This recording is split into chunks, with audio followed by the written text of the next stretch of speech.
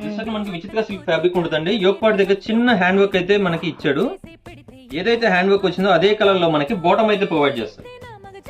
Bottom వచ్చాక మనకి contrast వస్తుందండి. ఫ్రంట్ వచ్చాక మనకి ఈ విధంగా ప్లెయిన్ ఇస్తాడు. బ్యాక్ సైడ్ వచ్చాక ఎలాస్టిక్ నేర్చుకుంటుంది. సైడ్ పాకెట్ వస్తుంది.